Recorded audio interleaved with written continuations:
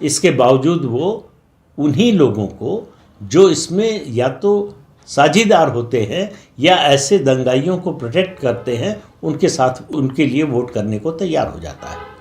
तो हिंदुओं के लिए तो ये कोई नई बात नहीं है।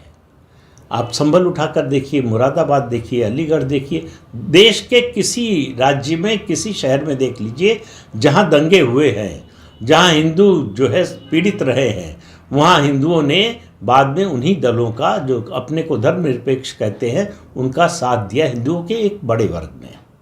लेकिन मुसलमान इस मामले में ज़्यादा सेंसिटिव होता है, पॉलिटिकली ज़्यादा सोचता है कि उस समय कौन हमारे साथ खड़ा हुआ।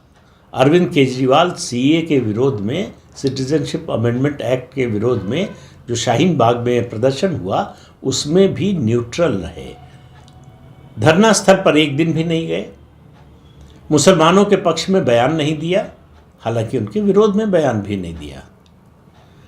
और उसके बाद दंगे का मामला आया।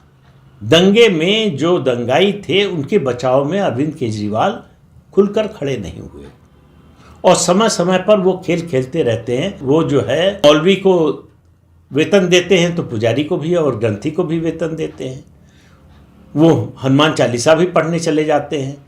तो ये जो दोहरा रवैया है अरविंद केजरीवाल का, इससे मुसलमान खुश नहीं है अरविंद केजरीवाल से, और वो एक बार फिर विकल्प तलाश रहा है। तो विकल्प के रूप में जाहिर है कि उसका विकल्प जो है भारतीय जनता पार्टी तो हो नहीं सकती है, कांग्रेस ही हो सकती है।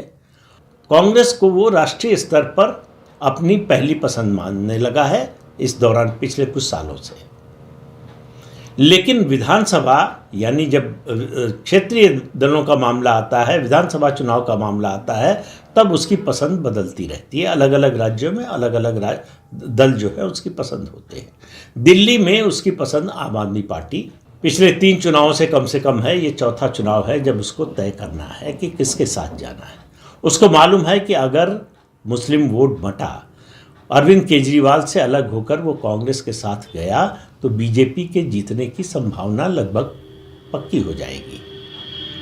अब ये बहुत बड़ा यक्ष प्रश्न है दिल्ली के मुसलमानों के सामने कि क्या वो अरविंद केजरीवाल से इतना नाराज़ है कि बीजेपी जीत जाए कोई बात नहीं, लेकिन अरविंद केजरीवाल नहीं जीतने चाहिए। ये मौका कांग्रेस पार्टी के पास भी था कि मुसलमानों के साथ मिलकर वो दिल्ली की राजनीति से आम आदमी पार्टी और अरविंद केजरीवाल को हमेशा के लिए बाहर कर दे।